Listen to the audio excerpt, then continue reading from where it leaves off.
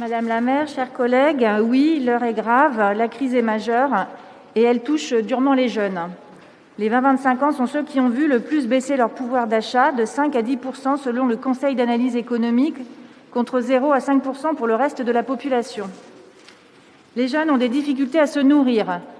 1 sur 5 a eu recours à l'aide alimentaire. Ils ont des difficultés à financer leur lieu d'habitation. 1 sur 3 craint de ne pas pouvoir faire face à ses dépenses de logement. Ils ont des difficultés à conserver le goût de vivre. 64 % d'entre eux présentent une détresse psychologique, 23 % ont des pensées suicidaires. Même si la crise que nous vivons est exceptionnelle, elle ne doit pas faire oublier que l'appauvrissement des jeunes ne date pas d'hier. Entre 2002 et 2018, leur taux de pauvreté est passé de 8 à 13 %. Les explications sont multifactorielles. Déclassement social des diplômes, coût du logement qui saigne le pouvoir d'achat des jeunes, précarité de l'emploi qui fait reposer sur eux la flexibilité du marché du travail.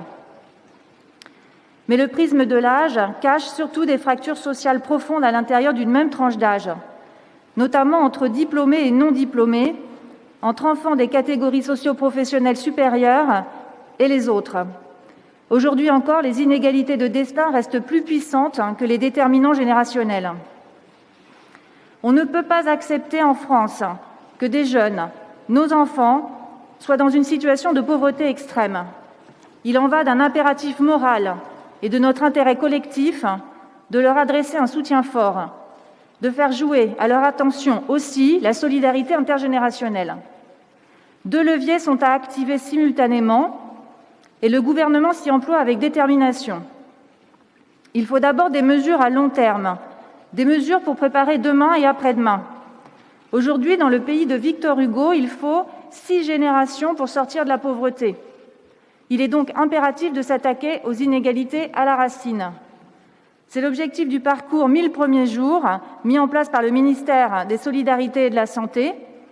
Un parcours pour mieux accompagner les parents et surtout les femmes sur cette période qui va du 4e mois de grossesse jusqu'à 2 ans. Ces jours sont décisifs car s'y creusent des inégalités en santé, en social et en développement cognitif qui seront ensuite irrattrapables. C'est en les combattant qu'on parviendra à enrayer le déterminisme social. Mais il nous faut aussi des mesures pour aujourd'hui, des mesures d'urgence. L'État a débloqué un fonds d'aide de 30 millions d'euros pour les petites associations qui emploient 1 à 10 salariés. Olivia Grégoire, secrétaire d'État chargée de l'économie sociale, solidaire et responsable, était à Rennes le mois dernier pour présenter ce dispositif auprès d'associations locales qui vont pouvoir en bénéficier et beaucoup d'entre elles emploient des jeunes. Cela s'ajoute aux 20 millions d'euros déjà mis à disposition à travers le fonds d'urgence Quartier solidaire.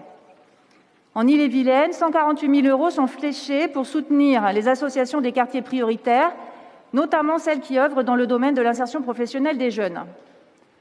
Autre mesure d'urgence, pour répondre à la détresse financière des étudiants qui ont perdu leur job d'appoint, le Crous élargit et simplifie le versement de son aide d'urgence qui peut s'élever jusqu'à 500 €.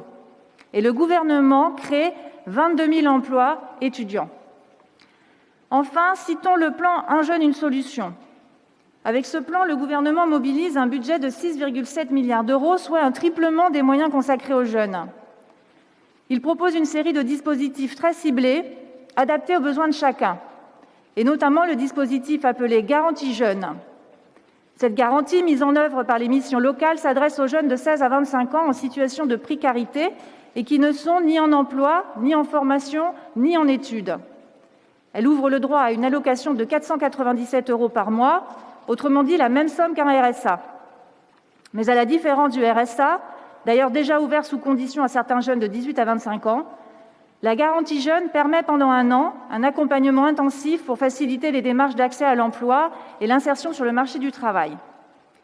Il s'agit donc de sécuriser financièrement le parcours du jeune et de le renforcer méthodologiquement pour qu'il soit couronné de succès. Mais il faut faire mieux encore afin de répondre à chaque situation. Pour le dire prosaïquement, il reste des trous dans la raquette. Une des pistes actuelles de réflexion du gouvernement est de généraliser cette garantie jeune afin de la rendre universelle. Cela nous semble une bonne solution, car c'est notre conviction, à mes collègues du groupe Révéler Rennes et moi-même, on doit mieux à un jeune qu'une allocation. Esther Duflo, prix Nobel d'économie et spécialiste des mécanismes économiques de lutte contre la pauvreté, le rappelait hier encore, la plupart des gens veulent jouer un rôle positif dans la société, travailler, être intégrés. Vous l'aurez compris, à nos yeux, le seul versement d'une somme d'argent ne peut pas être le levier de lutte contre la pauvreté. Il faut être plus ambitieux pour nos jeunes, viser leur émancipation par la formation et par l'emploi. C'est la raison pour laquelle l'extension généralisée du RSA aux moins de 25 ans ne nous semblant pas la meilleure des propositions sur la table, nous voterons contre le vœu.